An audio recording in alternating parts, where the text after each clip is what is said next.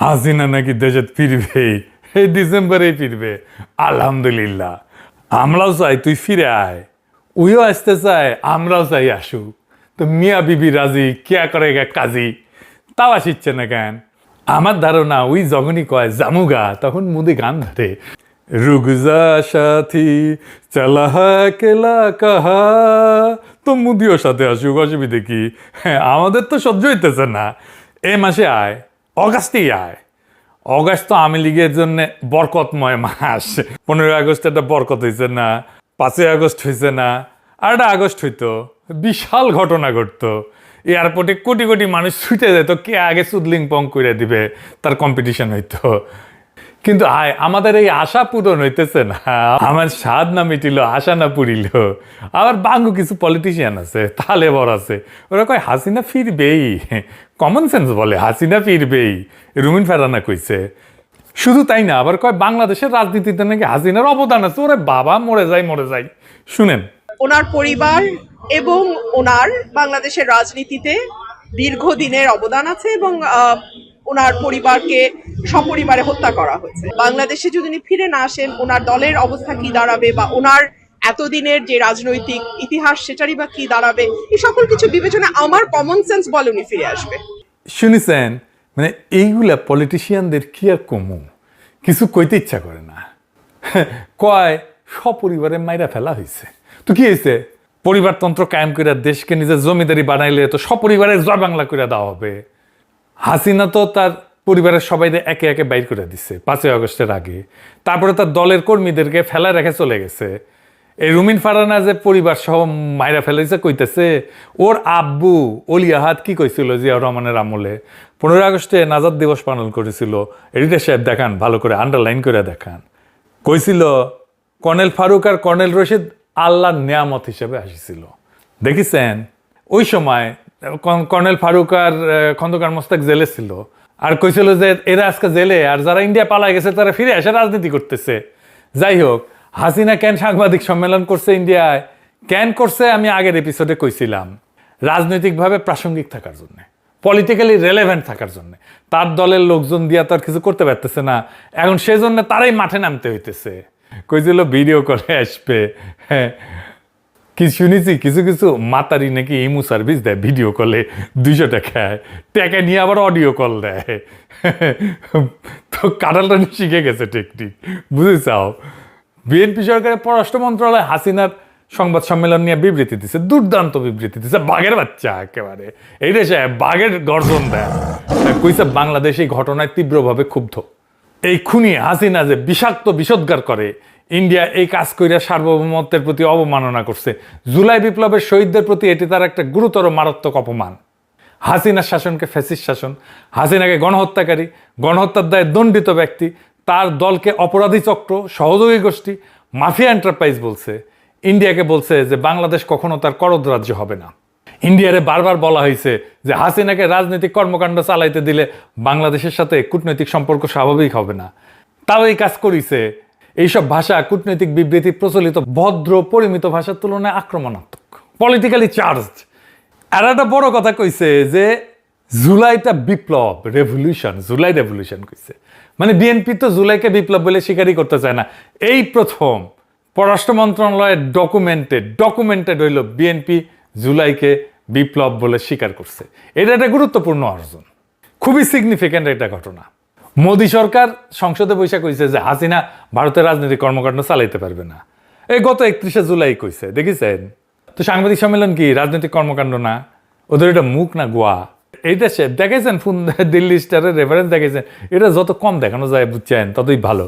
আমার ক্ষুদ্র ভাতারা মাইন্ড করে, কয় যে এটা দেখে নাকি মেজাজ খারাপ হয়ে যায়। ইলিয়াস তো আমার ফোন দিলেই কয় যে দাদা আপনি ভিডিওতে ফোন দেন, আলো দিল্লি স্টারের নিউজ দেন, স্টোরি দেখান, এটা কেন করেন, এটা কইরেন না। আমার তো রেফারেন্স দেখাতে হয়, কিছু রেফারেন্স আমি কোথাও পাই না। ধরেন আজকে একটা কাজ করেছিলাম, একটা এপিসোডের কাজ করেছিলাম, করতে করতে একটা রেফারেন্সের দরকার। ওয়ার্ল্ড ব্যাংকের সাথে সরকারি কেনাকাটা নিয়ে হাসিনা সরকারের একটা বড় ঝামেলা হয়েছিল সেই 2009 সালে। $1.5 বিলিয়ন লোন আটকে দিছিল কিন্তু ওয়ার্ল্ড ব্যাংক। তো আপনি নিউজ কোথাও খুঁজে পাবেন না, কোথাও না, দিল্লি স্টার ছাড়া। তো আপনারে আমারে আরো দীর্ঘ সময় এই আর্কাইভের উপরে, এদের আর্কাইভের উপরে নির্ভর করতে হবে, উপায় নাই। কারণ আমাদের তো কোনো মিডিয়া দাঁড়ায় নাই। তো এখনো মিডিয়া দাঁড়ায় নাই। বাঙ্গুদের আগে বাইজি বাড়িতে যাওয়ার রেওয়াজ ছিল জানেন তো, বাড়িতে কালে বউ আসছিল, তারপরেও ওই বউরা কইতো কুলবধূ, মানে যারা দিয়ে কুল বা বংশ রক্ষা হয়। কিন্তু এই কুলবধূর রগে এই প্রেম রং ঢং এই সমস্ত হইতো না, শুধু বংশ রক্ষাই হইতো। তো বাঙ্গুদের সেই প্রেমের অভাবটা পূরণ করতো বাইজিরা, সেজন্য বাইজি বাড়িতে যেত। তা আমাদের কুলবধূ মিডিয়া যারা আছে আর কি, তারা দিল্লি স্টার বা ফোনদের আলো এই বাইজের অভাব পূরণ না করা পর্যন্ত আমাদের বাইজি বাড়িতে যাইতেই হইতেছে। কুলবধূর কাছে যা পাওয়া যাবে না, তার জন্য বাইজের উপরে নির্ভর করে তো বাঙ্গুদের নিয়তি, তাই না? তো আমারও নিয়তি হয়েছে। যাই হোক, মনে আছে তো ওই যে এসকেএফ কোম্পানির ওষুধ বয়কট আর মেরিল কসমেটিক্স বয়কট, এই দুইটা থেকে ফোনদের আলো দিল্লি স্টারের টেকা আসে গলে, কেনা বন্ধ করে দেন, সুখে ঘুটে হয়ে যাবে। যাই হোক, আলাপে ফিরে আসি। আমরা বুঝে নি যে হাসিনা এবং আওয়ামী লীগটা আসলে কি। হাসিনা আর আওয়ামী লীগ এরা হইতেছে বাংলাদেশে ইন্ডিয়ার এজেন্ট। শেখ হাসিনার যদি কোনো রকম বিন্দুমাত্র ক্ষতি করার চেষ্টা করা হয়, সেটা বাংলাদেশের মাটিতে হোক আর ভারতের মাটিতে হোক, বাংলাদেশ কিন্তু আর বাংলাদেশ থাকবে না। আওয়ামী লীগ যতদিন ক্ষমতা থাকবে ততদিন সে বাংলাদেশকে ইন্ডিয়ার করদ্রাজ্য বানায় রাখবে, এমন কিছু দিবে ইন্ডিয়া যা চিরদিন মনে রাখবে, বুঝিছাও? আর যখন ক্ষমতা থাকবে না তখন বাংলাদেশকে অস্থিতিশীল করে রাখবে। 1975-এ এই কাদের সিদ্দিকিরা ইন্ডিয়া পলায় গিয়া বাংলাদেশের বিরুদ্ধে যুদ্ধ করেছে, অস্ত্র হাতে। ইন্ডিয়ায় ক্যাম্প কইরা এই মেঘালয়, আসাম, ওই অঞ্চলগুলোতে। আওয়ামী লীগ একমাত্র রাজনৈতিক দল যে স্বাধীন বাংলাদেশের বিরুদ্ধে বিদেশের মাটিতে বসে আনুষ্ঠানিকভাবে যুদ্ধ করে গেছে আমাদের সেনাবাহিনীর সাথে, বছরের পর বছর, 75 থেকে 77 পর্যন্ত। ইন্ডিয়ার মেঘালয়, আসাম সীমান্ত এলাকায় ঘাঁটি স্থাপন করছিল, বিএসএফ সাহায্য করত, অস্ত্র দিত। হাসিনার প্রত্যক্ষ সমর্থন ছিল। হাসিনা চিঠিতে যোগাযোগ রাখতো কাদের সিদ্দিকির সাথে, নির্দেশ দিত কাদের সিদ্দিকে, ওকে ডাকতো বজ্র বইলা, কইতো আমি তোমাদের ক্যাম্পে গিয়ে রান্না করে দিয়ে আসবো। উরে বাবা, কাদের সিদ্দিকি নিজে বলছে তার ওই বাহিনীতে প্রায় 10,000-এর মতো সেনা ছিল। কোনো বিচার হয়েছে ওর? রাষ্ট্রের বিরুদ্ধে যুদ্ধ, তো বিচার হওয়া উচিত, ওর তো ফাঁসি হওয়া উচিত। হারামজাদারা আমাদের বলে নাকি আমরা নাকি জঙ্গি। তারা স্বাধীন দেশে একটা বৈধ সরকারের বিরুদ্ধে বিদেশের মাটিতে থেকে যুদ্ধ করছে, কোনো শাস্তি হয় না, তার বিচার হয় নাই। এই জন্য এগুলোর এত বাড়বাড়ন্ত, এই জন্য এগুলো এত লাফায়। ওরা মনে করে যে ওদের কিছুই হবে না। এই মনে করাটা বন্ধ করে দিতে হবে। তারপরে কি হইলো? কাদের সিদ্দিকি শেষ হইলো, তারপরে শুরু হলো শান্তি বাহিনী। বাহ! তারপরে 1991 খালেদা জিয়া সরকার গঠন করলো, শুরু হলো 71-এর ঘাতক দালাল নির্মূল কমিটির নামে অস্থিরতা। সারা দেশে কি অস্থিরতা করছে, চারিদিকে মারপিট লেগে থাকতো। তারপরে করলো 200 দিন হরতাল, তারপরে হইলো সিরিজ বোমা হামলা। হাসিনা নিজে বলছিল যে একদিনের জন্য শান্তিতে থাকতে দেবে না, কথা রাখিছিল হাসিনা। বাংলাদেশে হাসিনা বা আওয়ামী লীগ ক্ষমতায় না থাকলে বাংলাদেশকে তামা তামা করে দিবে, এটা ইন্ডিয়ান পলিসি।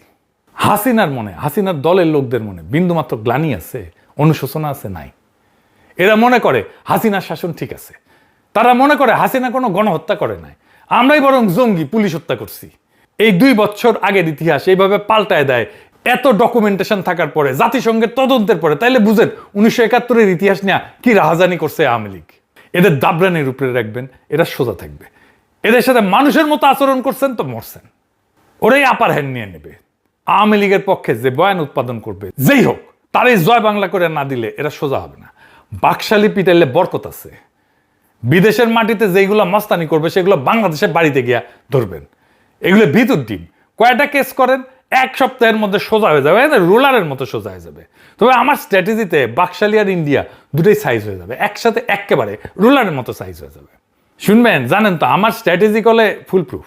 বন্দুকের গুলি মিস হইতে পারে, আমার স্ট্র্যাটেজি মিস হবে না। কেমনি করবেন? হ্যাঁ, ফ্রি না, খালি সব ফ্রি, সব স্ট্র্যাটেজি ফ্রিতে কয়া দিই জন্য দাম নাই আমার। তাও কইতেছি, আসেন শুনেন, ইন্ডিয়া আর আওয়ামী লীগকে একই স্ট্র্যাটেজিতে দুইটারই সাইজ করে দিতে পারবেন কিভাবে। আওয়ামী লীগ যদি সত্যি সত্যি জাউরম অব্যাহত রাখে, তাহলে ওদের ধরে ধরে জেনেভা ক্যাম্পের মতো একটা ক্যাম্প বানাইতে হবে, ওটা রাখতে হবে, নাগরিকত্ব কেড়ে নিতে হবে। ইন্ডিয়া পুশিন করলে সমান সংখ্যক বাকশালীকে ওই ক্যাম্প থেকে ধরে নিয়ে পুশব্যাক করে দিতে হবে ইন্ডিয়ায়। শুভেন্দু পশ্চিমবঙ্গে মুসলমানদের সাথে যে রাজনীতি করে, বাংলাদেশে বাকশালীর বিরুদ্ধে একই রাজনীতি করতে হবে। শুভেন্দু যে ধর বাংলাদেশি ধর করে যে তারায় না, এই যে দেখেন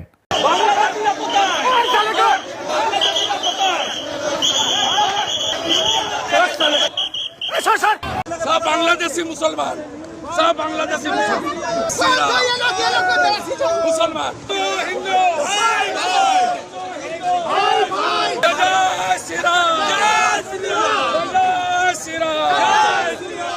দেখেছেন এইরকম করে পাড়ায় পাড়ায় অভিযান চালায় বাকশালী দরদর করতে হবে, ধৈর্য ওই ক্যাম্পে নিয়ে এসে রাখতে হবে, তারপরে পুশব্যাক ইন্ডিয়াতে একেবারে সোজা হয়ে যাবে, ইন্ডিয়াও সোজা হবে, বাকশালীরাও সোজা হবে। এবার আসেন আমাদের করণীয়তে, আমরা কি আমাদের করণীয় করতেছি? ইন্ডিয়া যে করতে দিছে সংবাদ সম্মেলন হাসিনাকে, এটা তো একটা মারাত্মক অপরাধ করছে, আন্তর্জাতিক অপরাধ করছে। মার্কোস এই যে ফিলিপাইন থেকে যে আমেরিকায় হাওয়ায় গেছিল পলায়ে, মার্কোসকে কি আমেরিকা সংবাদ সম্মেলন করতে দিছে ফিলিপাইন নিয়া? তারপরে বেন আলী তিউনিসিয়া থেকে সৌদি আরব পালিয়ে গেছিল, জেদ্দায় গেছিল, বেন আলীকে কি সৌদি আরব সংবাদ সম্মেলন করতে দিছে? তারপরে ভিক্টর ইয়ানুকোভিচ ও ইউক্রেন থেকে পালায় রাশিয়ায় গেছিল, ইয়ানুকোভিচকে কি রাশিয়া সংবাদ সম্মেলন করতে দিছে? রাজাপাকসে তো শ্রীলঙ্কা থেকে প্রথমে মালদ্বীপ গেছে পলায়, তারপরে সিঙ্গাপুর, তারপরে থাইল্যান্ড। তো রাজাপাকসকে কি মালদ্বীপ, সিঙ্গাপুর, থাইল্যান্ড কেউ সংবাদ সম্মেলন করতে দিছে? বাশার আল আসাদ তো সিরিয়া থেকে পলায় রাশিয়া গেছে, আর বাশার আল আসাদ কি সংবাদ সম্মেলন করছে? মিডিয়া আসছে, পলিটিক্স করিচ্ছে? তো ইন্ডিয়া কেন দিল? তো ইন্ডিয়ার এই অপরাধকে ক্যাপিটালাইজ করতে হবে। বিএনপি সরকার তার পক্ষে যা করা দরকার করেছে, আমাদের প্রত্যাশার চাইতে শক্ত প্রতিক্রিয়া দেখাইছে পররাষ্ট্র মন্ত্রণালয় থেকে বিবৃতি দিয়া। বাকি কাজ তো বিরোধী দলকে করতে হবে, ইন্ডিয়ারে চাইপা ধরতে হবে, কচ্ছপের কামড় দিয়া ধরতে হবে, যেন সরকার আরো শক্ত পজিশন নিতে পারে ইন্ডিয়ার বিরুদ্ধে। তারেক রহমান যেন ইন্ডিয়ায় না যায় এই ব্যবস্থাও করতে হবে। আমন্ত্রণ পাইছে কিন্তু না যায় যেন। বিএনপি তো বিবৃতি দিচ্ছে, বিএনপি কি আইডিয়া ইন্ডিয়ান হাই কমিশন ঘেরাও করতে পারবে সরকারি থেকে? পারবে না তো, এটা বিরোধী দলকে করতে হবে। ইন্ডিয়ান ইন্টারেস্ট যা যা আছে তার সামনে নিয়ম করে বিক্ষোভ করতে হবে, অবরোধ করতে হবে, বন্ধ করে দিতে হবে ইন্ডিয়ান কালচারাল সেন্টার সহ সবগুলা। ওদের যা বিজনেস আছে সবগুলো, ওষুধ কোম্পানি আছে, প্যারাসুটের তেলের কোম্পানি আছে, এগুলো যা যা আছে সবগুলো লিস্ট করতে হবে, তারপরে সবগুলো বন্ধ করে দিতে হবে। আর 11 দল কি করলো? গতকাল সচিবালয়ে ঘেরাও করলো। আগে নাকি প্রোগ্রাম থ্রো করা হয়েছিল, 5ই আগস্ট যে হাসিনা বক্তৃতা দিবে এটা তো আগে থেকে জানতো।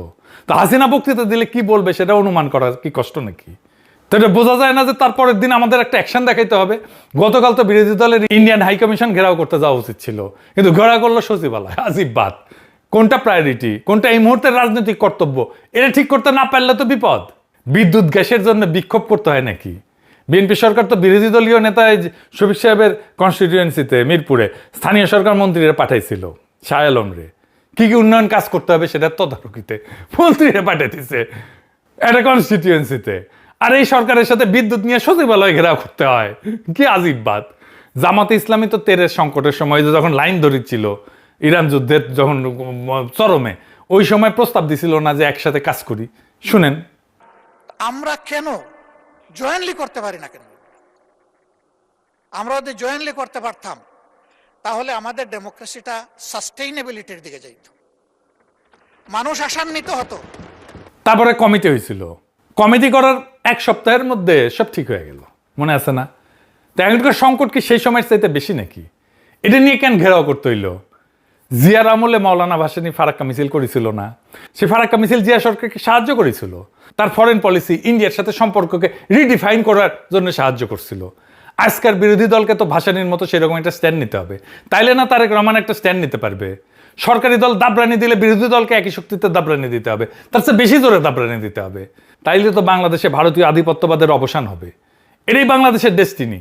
বাংলাদেশ থেকে চিরতরে আওয়ামী লীগের বিলুপ্তি করতে হবে, আর ভারতীয় আধিপত্যবাদের অবসান হইতে হবে।